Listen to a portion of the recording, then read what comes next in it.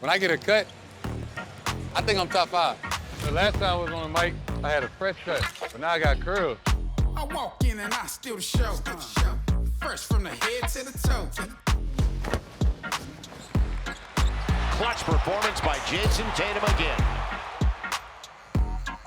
I feel like every time you play in a game, and this ain't just me, I feel like you just went from getting your hair cut in the locker room to the starting lineup.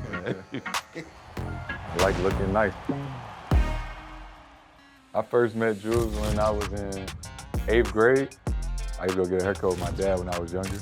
My dad told me he found a new barber for us. And I remember I ain't like my first haircut. Why not? I like how it looked. It just, I didn't like sitting in the chair that long. How did he win you over? I started getting compliments on my haircut. So the former St. Louis University basketball star comes in, and brings his son. Yeah. What do you remember about Jayson Tatum and a young Jayson coming into your shop? Jayson was real little. he didn't speak. It was like a kid didn't want a haircut. This is part of his routine now. He didn't want to do it. And he realized he was looking fresh out there, you know? So what's the cadence now in terms of him getting a haircut? Weekly, probably. Try to get everywhere we can go. But for the most part, I come out to Boston a lot. So did you cut him at Duke? I went to Duke a couple times. It was a long little drive, but worth it. You know, anything to help him out. What made you want to do that for him? Him, his family, man, he's just a big heart, you know what I mean? Find the light. Woo! Damn, they need this cut on too. Hey. Is it true that you had a flying phobia? I did. Yeah, I was scared to fly. So was it because of Jayson that you had to get over it? The constant flying, yeah. And then, don't get me wrong, I go up there sometimes, a little turbulence get you, but I'm kind of over it now. I'm really comfortable now. So where were you at when you got the inspiration to be a barber? So I was living with my mother in New York at one point when she was, we lost our apartment. And I think she just had like a breakdown, a mental breakdown. So like they threw me in emergency foster care. And then I was being a little rebellious. It was like, I feel like going to a group home. 12 till I was 21, I was in the system. They used to send us out to get haircuts. And just the shop itself, the environment was real dope to me. So I started cutting in the group homes. And I just fell in love with it then.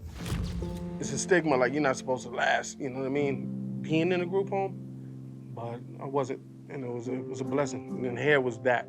It pulled me out of it, you know, so I was fortunate. A friend of mine was in St. Louis, and he kept saying, come here, man, stay here for a year. I got to St. Louis, and I feel like just as a Latino barber coming from New York, I got to bring this style out there. When I was in high school, I'd go every other Friday. I had $25 in my pocket, so I'd give me a cut.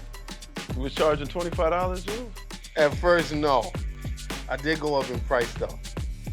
And it's funny, because when I raise my prices, you lose a lot of people.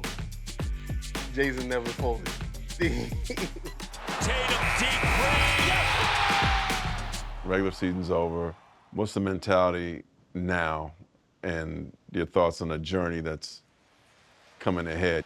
Having a mindset of, right, last year was last year. We're not defending the title like we won. Can't nobody take it away from us. Joe talked to us about it earlier, just like expect it to be the hardest thing that, you know, we ever did. So Jay, well, I'm committed to him, man. I'm sure you could have went other places. Cool having somebody that, you know my story and been through it all with me. Seen both my kids and cut Juice hair. Is that kind of like a full circle moment for you when he does your kids? No, for sure. Because I just remember getting haircuts with my pops, and now I'm telling my son, get in the chair, be still. It's like family, but it's not just like a client barber thing. But yeah, we've been doing this for a minute. Look good. I'm back.